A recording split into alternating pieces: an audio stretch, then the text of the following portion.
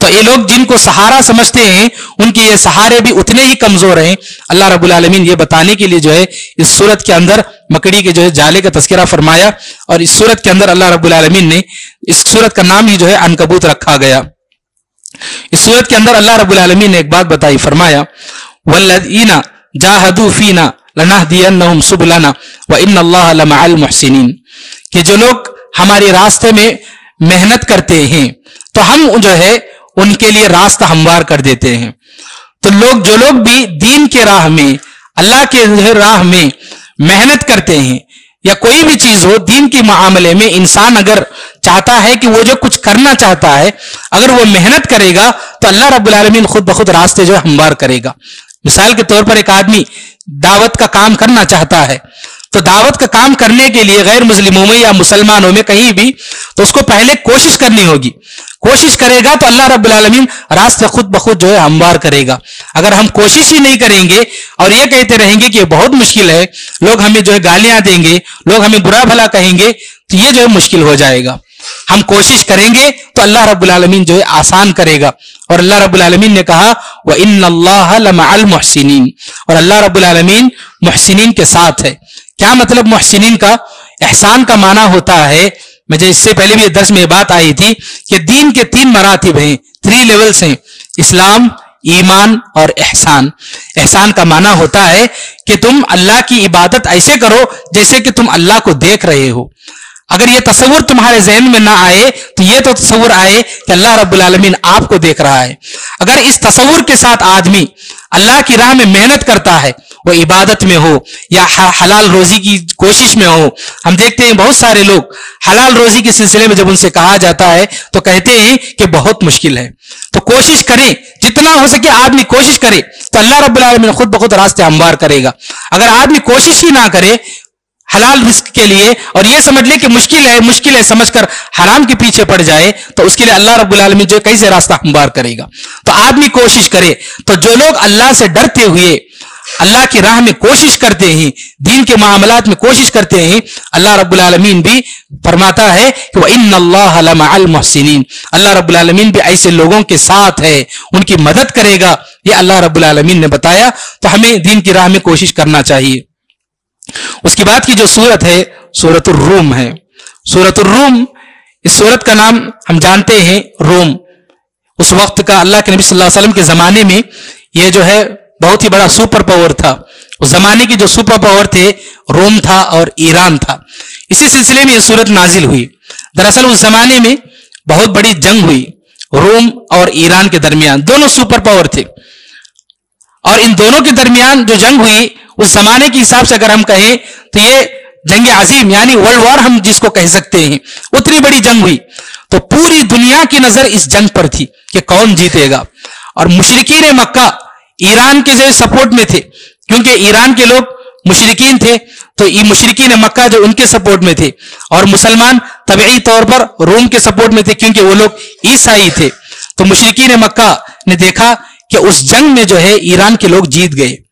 تو مشرکین تانا مارتے تھے مسلمانوں کو, دیکھو یہ ایران کے لوگ جیت گئے, ہمارے عقیدے والے جیت گئے, ایک دن ہم بھی جو ہے جیت جائیں گے اور تم کو ختم کر کے رہیں گے. اس طرح کا تانا مار رہے تھے. تو اللہ رب العالمین نے اس سورت کو نازل کر کے بتایا کہ کچھ ہی سالوں کے اندر روم جیت جائے گا, جنگ جیت جائے گا. یہ بات اللہ رب العالمین نے بتایا, اور یہ بھی بتا دیا کہ مسلمان بھی جو مکہ میں ہیں یہ بھی ایک دن جیت جائیں گے. تو یہ اللہ رب العالمین نے بتایا الف لام میم غلبت الروم فی ادنى الارض وهم من بعد غلبهم سيغلبون فی بضع سنین. کچھ ہی سالوں کے اندر, بضع سنین عربی زبان میں بضع کا لفظ استعمال ہوتا ہے 10 کے اندر جو نمبر ہوتا ہے تو اس کو جو ہے بضع کہا جاتا ہے. تو گویا قریب 9 سال. تو 9 سال کے اندر روم جو ہے جیت جائے گا جنگ, اللہ رب العالمین نے بتایا. اور ایسے ہی ہوا. مسلمان ہجرت کر کے مدینہ گئے. تو ان دنوں میں جو ہے روم کے لوگ جو ہے تیاری کر رہے تھے جنگ کے لیے, اور جب مسلمان مدینہ گئے تو ان دنوں روم نے جو ہے حملہ کیا ایران پر, اور جو روم جیت گیا. تو اللہ رب العالمین کی یہ جو بات ہے اس سورت کے اندر وہ بات جو ہے سچی ثابت ہوئی. اور کچھ ہی دنوں کے اندر غزوہ بدر پیش آئی اور مسلمان جیت گئے. تو اللہ رب العالمین نے اس سورت کے اندر جو باتیں بتائیں, جو پیشن گوئی بتائی تھی, وہ بات سچ ثابت ہو گئی. یہ جو ہے مسلمان جو ہے اس سے بہت مطمئن ہو گئے. تو اس موقع پر اللہ رب العالمین نے اس سورت کو نازل کیا. اللہ رب العالمین نے اس سورت کے اندر جو عیسائی اس زمانے کے تھے اور جو بھی یہودی وغیرہ تھے ان کے تعلق سے ایک بات بتائی. فرمایا کہ ان کے اندر بہت ہی ہنر تھا, بہت ہی زبردست ہنر تھا اور بہت ہی اچھا علم تھا ان کے پاس, اور یہ علم کس بات کا تھا؟ دنیا کا علم تھا. تو اللہ رب العالمین نے فرمایا اس سورت میں یعلمون ظاہرا من الحیات الدنیا, ظاہری طور پر ان کے اندر اتنا علم تھا, اتنا علم ابھی بھی ہے کہ یہ لوگ دنیاوی زندگی میں بہت ہی آگے بڑھ چکے تھے اور ابھی بھی آگے بڑھ چکے ہیں. آپ دنیا کی جتنی بھی ٹیکنالوجیز دیکھ لیجئے, اس میں کون لوگ آگے ہیں؟ یہی یہودی لوگ اور عیسائی لوگ بہت ہی آگے ہیں, بہت ہی آگے بڑھ چکے ہیں. لیکن اللہ نے فرمایا وَهُمْ عَنِ الْآخِرَةِ هُمْ غَافِلُونَ, اتنے علم ہونے کے باوجود یہ لوگ آخرت سے جو ہے غفلت میں ہیں, آخرت کے بارے میں ان کے بارے میں کچھ بھی سوچ نہیں. آج انسان چاند تک پہنچ چکا ہے, ترقی میں دنیا میں کہاں کہاں پہنچ چکا, ستاروں کی کھوج میں ادھر ادھر جا رہا ہے, لیکن اپنے رب کی کھوج میں نہیں ہے, اپنے رب کو پہچاننے کی کوشش میں نہیں ہے, آخرت کی جو تیاری میں نہیں ہے. تو اللہ رب العالمین نے بتایا دنیا میں انسان چاہے کتنی بھی ترقی کر لے, اگر اس کا عقیدہ صحیح نہیں ہے, اگر وہ آخرت کی تیاری نہیں کر رہا ہے, تو اس کے دنیا کا سارا علم, اس کی ساری دنیا کی جتنی بھی ترقیاں ہیں, جتنا کچھ کامیابی اس کو دنیا میں ملی, سب کچھ بیکار ہے اگر اس کے پاس آخرت کی فکر نہیں, اگر آخرت کی تیاری نہیں. یہ اللہ رب العالمین نے جو ہے یہاں پر اس سورت کے اندر بتلایا. اس کے بعد اللہ رب العالمین نے یہاں پر ایک اور بات مسلمانوں سے خطاب کرتے ہوئے کہا گیا, فرمایا وَمَا آتَيْتُم مِّن رِّبًا لِيَرْبُوَ فِي أَمْوَالِ النَّاسِ فَلَا يَرْبُو عِندَ اللَّهِ, کہ آپ لوگ سود میں جو کچھ بھی پیسہ دیتے ہو اور یہ سمجھتے ہو کہ تمہارا مال آگے بڑھ جائے گا, تمہارا مال بہت جو ہے ترقی کر جائے گا, بہت کچھ بڑھے گا اور تم ترقی کر لو گے, یہ بات سمجھتے ہو. فَلَا يَرْبُو عِندَ اللَّهِ, لیکن اللہ کے پاس جو ہے اس مال کی کوئی حقیقت نہیں ہے, اس کے پاس, اس اللہ رب العالمین کے پاس اس مال کی بڑھوتری کا اصل کوئی حصہ ہی نہیں. اللہ رب العالمین ایسے مال کو جو ہے آگے بڑھائے گا ہی نہیں, اللہ رب العالمین جو ہے تباہ و برباد کرے گا. جیسا کہ اللہ نے دوسری آیت میں فرمایا یمحق اللہ الربا, اللہ رب العالمین جو سود وغیرہ ہوتا ہے اس کو تباہ و برباد کرتا ہے. تو اللہ رب العالمین نے یہاں پر اس آیت میں بیان فرمایا, تو اس سے آدمی کو جو ہے لوگوں کو محتاط ہونا چاہیے کہ جو سودی کاروبار لوگ کرتے ہیں, سود کا لین دین جو کرتے ہیں, ان ساری چیزوں سے بچنا چاہیے. یہ حرام ہے, اسلام نے اسے بہت ہی سختی سے منع فرمایا ہے, لیکن بہت سارے مسلمان بھی اس چیز میں پڑے ہوئے ہیں. تو بتائیے ہماری دعائیں کیسے قبول ہوں گی؟ ہمارا کھانا حرام, پینا حرام, اوڑھنا حرام, سب کچھ اگر حرام ہوگا تو ہماری دعائیں کیسے قبول ہوں گی؟ دعائیں قبول نہیں ہوں گی. اس سے اللہ رب العالمین نے نبیوں سے خطاب کرتے ہوئے کہا, کیا کہا؟ یا ایھا الرسل کلوا من الطیبات واعملوا صالحا, کہ اے رسولو تم حلال کھاؤ اور نیک عمل کرو. تو اللہ رب العالمین نے کہا پہلے حلال کھاؤ اس کے بعد نیک عمل کرو. تو گویا کہ جب تک آدمی حلال نہیں کھائے گا تو جو بھی عمل کرے گا اس کا عمل قبول نہیں ہوگا. اللہ رب العالمین نے رسولوں سے خطاب کرتے ہوئے کہا ہم کیا ہیں اور آپ کیا ہیں. تو یہاں پر جب تک انسان حلال رزق نہیں اپناتا, جب تک وہ جو بھی عبادتیں کرتا ہے, کیسے اللہ رب العالمین اس کی عبادت قبول کرے گا؟ اللہ رب العالمین بار بار بتاتا ہے اس بات کو کہ حلال کھاؤ اور عمل کرو. تو غرض یہ کہ جتنی بھی حرام شکلیں ہیں رزق کی, ان سارے حرام شکلوں سے بچتے ہوئے حلال رزق کی تلاش میں انسان کو ہونا چاہیے. اور چاہے اس کو زندگی میں کتنی بھی پریشانیاں کیوں نہ آ جائیں رزق کے معاملے میں, لیکن وہ حلال ہی جو ہے اپنائے. ایک لقمہ اگر اس کو ملتا ہے حلال کا 100 لقمے حرام کے بدلے میں, تو ایک لقمے کو اپنائے. 3 وقت کی روٹی اگر اس کو نہیں مل رہی ہے حلال کی, ایک ہی وقت کی مل رہی ہے, تو اسی پر اکتفا کرے, لیکن حرام کے پیچھے نہ جائے. اگر حرام کے پیچھے ہماری قوم جائے گی تو اللہ رب العالمین اس قوم کو تباہ و برباد کرے گا, اس قوم کی کوئی حیثیت نہیں رہے گی. اللہ رب العالمین نے جو ہے بتایا هو سماکم المسلمین, اللہ رب العالمین نے آپ لوگوں کا نام مسلمان رکھا, یہ کہا. تو ایسی صورت میں اللہ نے ہمیں بہت بڑا اونچا مقام دیا ہے. اگر ایسے مقام کو اگر ہم دنیاوی غلاظتوں سے جو ہے متاثر کریں گے تو ہماری قوم کی کوئی حیثیت نہیں رہے گی. پھر اللہ رب العالمین جو ہے ہماری دنیا میں جو ہے ہمیں زوال سے ہی دوچار کرے گا. اس لیے ہمیں چاہیے کہ ہر قسم کے حرام چیز سے بچ کر زندگی گزاریں. اس صورت کے اخیر میں اللہ رب العالمین نے انسان جو دنیا میں بہت اکڑتا ہے اور بہت جو لوگوں پر ظلم کرتا ہے, اور اپنی زندگی میں جو کچھ بھی اس کو پاور ملتا ہے جوانی کی شکل میں یا پاور کی شکل میں جو بھی اس کو ملتا ہے وہ لوگوں پر جو ظلم کرنے کے لیے استعمال کرتا ہے, تو اللہ رب العالمین نے انسان کی حیثیت جو ہے بتلا دیا. اللہ نے فرمایا اللہ الذی خلقکم من ضعف, اللہ رب العالمین نے آپ لوگوں کو فرمایا کہ تم لوگوں کو اللہ رب العالمین نے کمزور بنا کر پیدا کیا. انسان جب پیدا ہوتا ہے تو چھوٹا بچہ ہوتا ہے, بہت ہی کمزور ہوتا ہے, وہ کسی بھی قابل نہیں ہوتا ہے, نہ اٹھنے کے قابل, نہ چلنے کے قابل, نہ خود کوئی چیز لے کر کھانے کے قابل, کسی چیز کے قابل نہیں ہوتا. اگر دیکھا جائے انسان کے مقابلے میں کچھ جانور اور پرندوں کو ہم دیکھتے ہیں کہ کچھ دنوں کے اندر جانور اپنے پیروں پر کھڑے ہو کر جاتے ہیں اور کھانے کی تلاش میں بھی نکل جاتے ہیں کچھ جانور اور پرندے, لیکن انسان کو ایک لمبا وقت لگتا ہے وہ کھڑے ہو جائے اور اپنی جو ضرورتوں کو پورا کرے, اپنا رزق خود تلاش کر کے کھائے, ایک لمبا وقت لگتا ہے. تو اللہ نے فرمایا کہ اللہ نے آپ لوگوں کو بہت ہی کمزور بنا کر پیدا کیا, اور اس کمزوری کے بعد اللہ نے فرمایا ثم جعل من بعد ضعف قوة, اس کمزوری کے بعد پھر اللہ رب العالمین نے جو ہے تم کو مضبوطی دی, طاقت دی, جوان بنایا, جوانی دی, جس میں اللہ انسان کے پاس طاقت ہوتی ہے. اگر انسان اس جوانی کو, اس طاقت کو اچھے کاموں میں استعمال کرے گا تو یہ جوانی اس کی جو ہے آخرت میں بہت کام آئے گی. اللہ کے نبی صلی اللہ علیہ وسلم نے فرمایا کہ قیامت کے دن اللہ کے عرش کے سائے کے نیچے جن 7 لوگوں کو جو جگہ ملے گی ان میں سے ایک نوجوان ہوگا جو اللہ کی عبادت میں زندگی گزارا ہوگا. اور جوانی میں عبادت کی جانے والی عبادت کی اللہ رب العالمین کے پاس بڑی قدر و قیمت ہے. اللہ رب العالمین اس کی عبادت کو بڑی قدر سے دیکھتا ہے. تو غرض یہ کہ ایک نوجوانوں کو چاہیے کہ وہ جوانی میں غیر ضروری کاموں سے بچیں. نوجوان بھائی آج کل ہم دیکھتے ہیں کتنے غیر ضروری کاموں میں لگے ہوئے ہیں, نہ دین سے کوئی مطلب, نہ اللہ جو ہے ہمارے اسلام سے کوئی مطلب, نہ قرآن سے کوئی مطلب. آج ہم دیکھتے ہیں کہ نوجوان عبادت کے اوقات بھی سڑکوں پر گھومتے رہتے ہیں, سمجھتے ہیں کہ یہ وقت ابھی کھیلنے کودنے کا ہے ہمارا اور وقت ضائع کرنے کا ہے, جب بڑھاپا آ جائے گا تو تب عبادت کر لیں گے.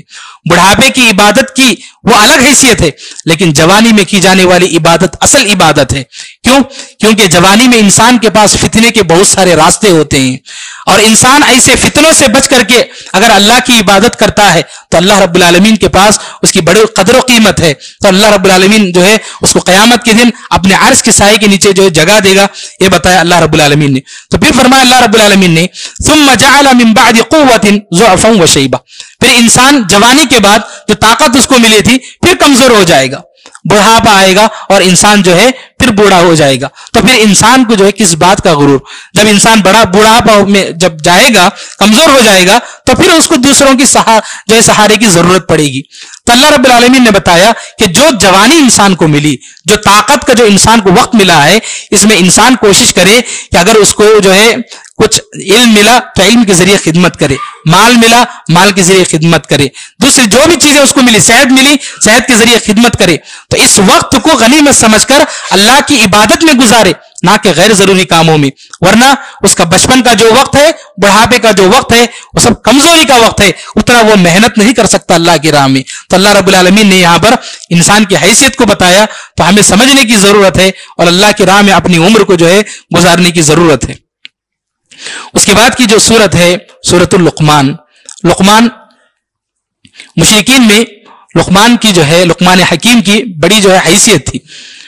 لقمان حکیم ایک نبی تو نہیں تھے, لیکن حکیم ایک عقل مند انسان جن کے پاس جو ہے علم تھا اور حکمت تھی, بڑی اچھی سوچ سمجھ تھی. مشرکین مکہ جو ہے ان کا بڑا احترام کرتے تھے.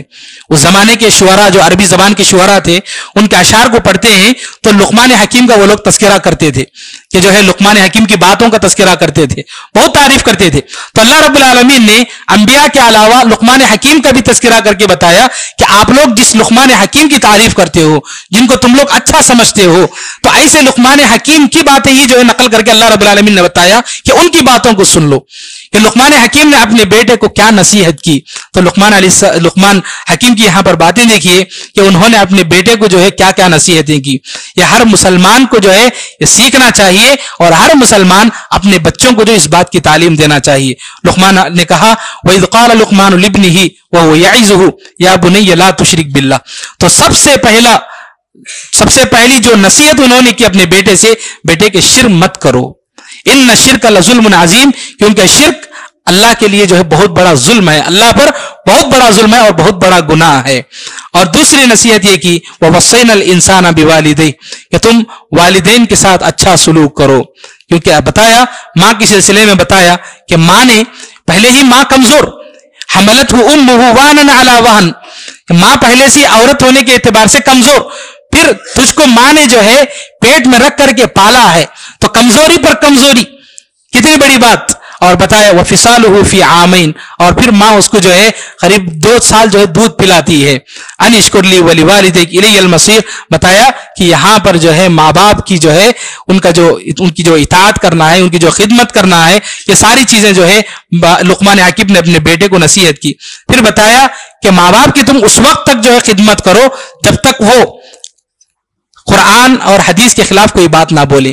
اگر وہ شرک کی تعلیم دیتے ہیں یا جو بدعت کی یا گناہ کی تعلیم دیتے ہیں تو فرمایا فلا تطعهما، تو ایسی صورت میں بس ان کی اطاعت نہ کرو. وصاحبهما فی الدنیا معروفا، ورنہ بقیہ جو حقوق ادا کرنے ہیں ماں باپ کے اعتبار سے وہ حقوق ادا کرو، لیکن شرک اور گناہوں کے کاموں میں ان کی اطاعت مت کرو. یہ اللہ رب العالمین نے جو ہے بتایا اور لقمان حکیم نے یہ نصیحت کی. اور پھر لقمان حکیم نے ایک بات بتائی، یا بنیا، اے بیٹے، انہا ان تک مثقال حبۃ من خردل فتکن فی صخرۃ او فی السماوات او فی الارض یاتی بها اللہ. انسان جو بھی عمل کرتا ہے چاہے وہ نیکی ہو یا برائی، چھوٹی سے چھوٹی رائی کے چھوٹے سے دانے کے برابر بھی کوئی عمل کرتا ہے، اور وہ عمل چاہے چٹان میں ہو یا آسمانوں میں ہو، زمین میں ہو، کہیں بھی ہو، اللہ رب العالمین کل قیامت کے دن اس کو لا کر کے اس کے سامنے پیش کرے گا، اور اس عمل کا حساب و کتاب ہوگا. اگر وہ اچھائی ہے تو اس کو اچھا بدلہ ملے گا، اور برائی ہے تو برائی کا بدلہ ملے گا. اور کہا ان اللہ لطیف خبیر. لطیف کے معنی ہوتے ہیں ہر باریک چیز پر نظر رکھنا. اللہ رب العالمین کی یہ صفت ہے کہ اللہ رب العالمین ہر باریک چیز کو دیکھ رہا ہے، چھوٹی سے چھوٹی چیز کو بھی دیکھ رہا ہے، سن رہا ہے، اور اللہ رب العالمین ان ساری چیزوں کو جو ہے لوگوں کے سامنے پیش کرے گا. اور اسی بات لقمان حکیم نے نصیحت کی، یا بنی اقم الصلاۃ، اے بیٹے نماز قائم کرو، نماز کو پڑھو. وَأْمُرْ بِالْمَعْرُوفِ وَانْهَ عَنِ الْمُنْكَرِ، اور لوگوں کو نیک باتوں کا حکم دو اور برائیوں سے روکو. اور پھر فرمایا وَاصْبِرْ عَلَىٰ مَا أَصَابَكَ، جب انسان دنیا میں نیکی کا حکم دیتا ہے، لوگوں کو برائی سے روکتا ہے، تو ضرور مصیبتیں آئیں گی، ضرور پریشانیاں آئیں گی. اور اسی لیے کہا وَاصْبِرْ عَلَىٰ مَا أَصَابَكَ، اس پر تمہیں دعوت دینے پر، برائیوں سے روکنے پر، نیکیوں کا حکم دینے پر جو مصیبتیں آئیں گی، لوگ گالیاں بھی دیں گے، لوگ مارنے کے لیے بھی تیار ہو جائیں گے، لوگ تانے بھی دیں گے، ہر قسم کی پریشانی آ سکتی ہے، لیکن ایسے موقع پر تم صبر کرو. یہ بھی جو ہے تعلیم دی. پھر اس کے بعد فرمایا اے بیٹے لوگوں کے ساتھ اچھا سلوک کرو. وَلَا تَمْشِ فِي الْأَرْضِ مَرَحًا، اور اکڑ کر مت چلو. ان اللہ لا يحب كل مختال فخور، اللہ رب العالمین فخر کرنے والوں کو، اترانے والوں کو جو ہے پسند نہیں کرتا ہے. اور پھر فرمایا وَاقْصِدْ فِي مَشْيِكَ، جب تم چلو گے تو جو ہے میانہ روی اختیار کرو، تیزی کے ساتھ مت چلو، بالکل آہستہ بھی مت چلو. جب چلو گے تو میانہ روی جو ہے پوری عاجزی کے ساتھ چلو. وَاغْضُضْ مِنْ صَوْتِكَ، اور جب تم بات کرو تو چلا چلا کر بات مت کرو، چلا چلا کر چیخ چیخ کر جو ہے لوگوں میں بات مت کرو. کیونکہ اللہ رب العالمین نے پھر فرمایا ان انکر الاصوات لصوت الحمیر، کیونکہ گدھے کی آواز جو ہے سب سے بدترین آواز ہوتی ہے، اور چیخ چیخ کر پکار پکار کر کون جو ہے آواز نکالتا ہے؟ گدھا ہے. اللہ رب العالمین نے مثال دے کر بتایا. تو غرض یہ کہ انسان کو چیخنا چلانا نہیں چاہیے، ادب سے بات کرنا چاہیے اور آہستہ سے بات کرنا چاہیے. صحیح بخاری کی ایک روایت ہے، اللہ کے نبی صلی اللہ علیہ وسلم نے فرمایا کہ قرآن کی تلاوت بھی جب تم کرو گے تو چیخ چیخ کر چلا چلا کر مت کرو، کہ تمہارے اڑوس پڑوس میں بہت سارے مشرکین ہیں تو جس سے تکلیف ہو سکتی ہے. اگر تم جو ہے جتنے لوگوں کو تمہیں سنانا مطلوب ہے، مقصود ہے، وہیں تک جو ہے قرآن کی تلاوت کرو.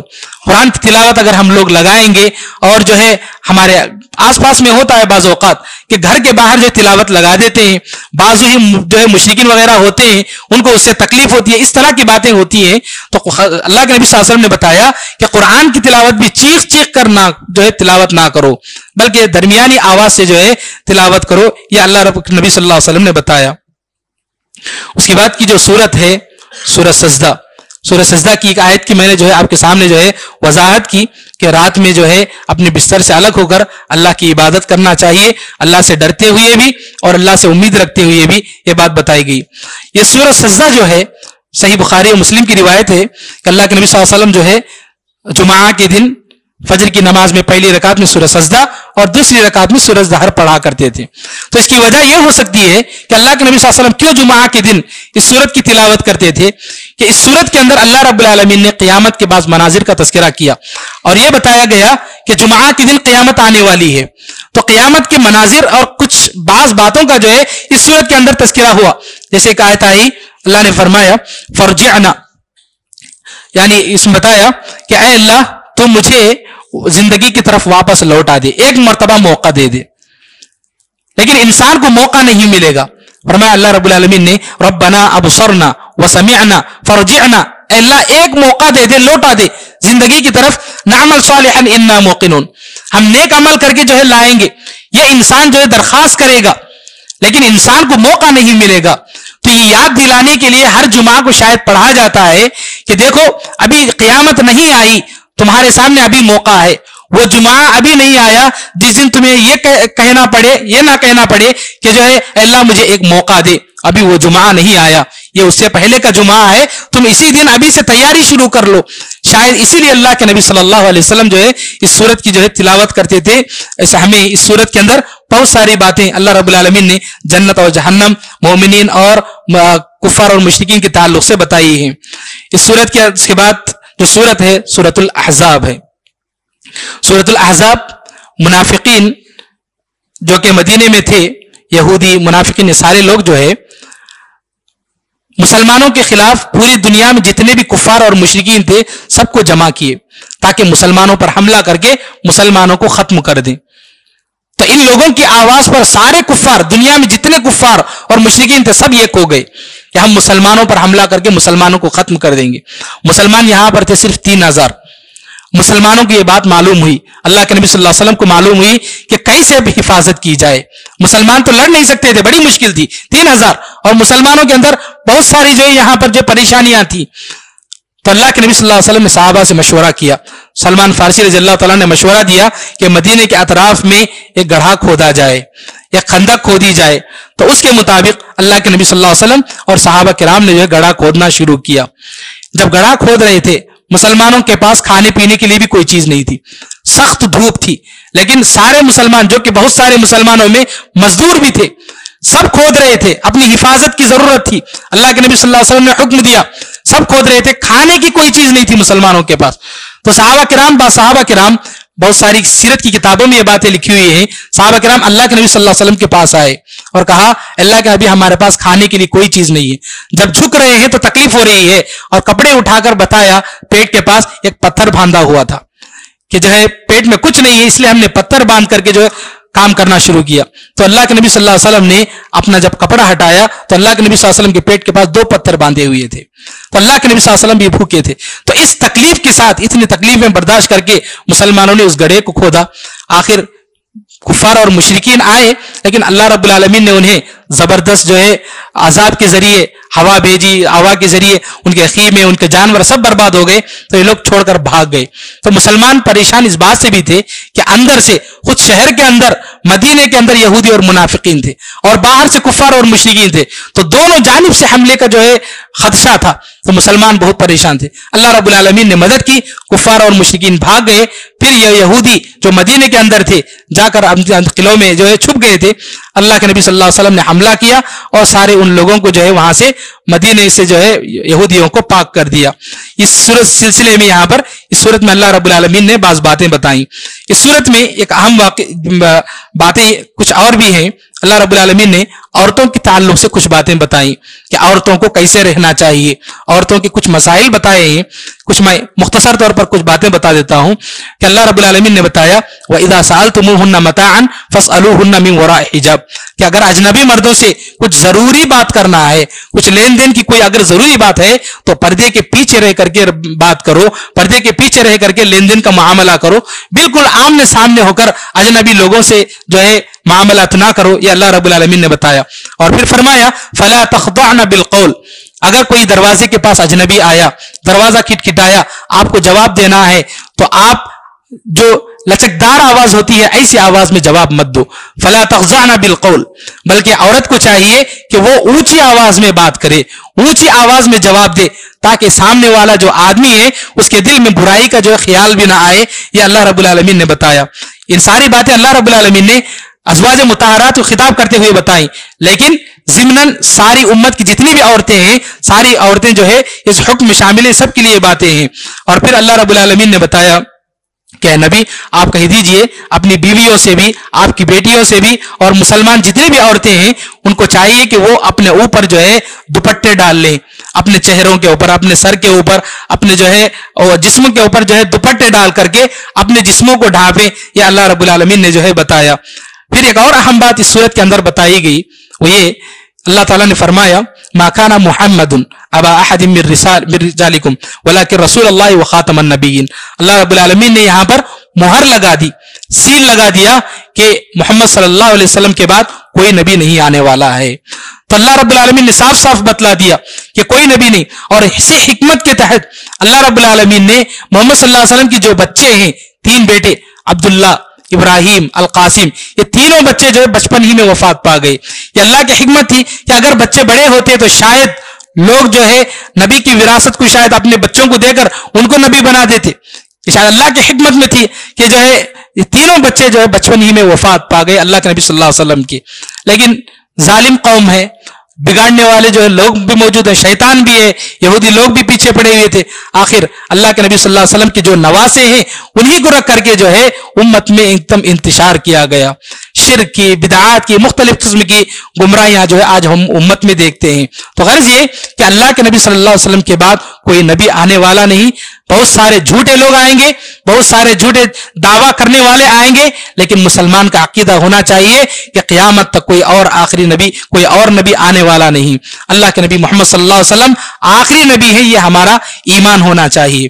اس کے بعد جو آخری بات اس سورۃ الاحزاب کے اخیر میں ایک بات بتائی گئی کہ دنیا میں لوگ جو ہے ہر دین کی بات بتانے والے کے پیچھے پڑ جاتے ہیں. اگر کوئی آدمی، قرآن میں یہ کہا گیا، کوئی بات بتایا، قرآن کی آیت ہے ہی نہیں، وہ جو ہے کچھ تحقیق کیا نہیں اور جو ہے اس کی بات کو مان لیا.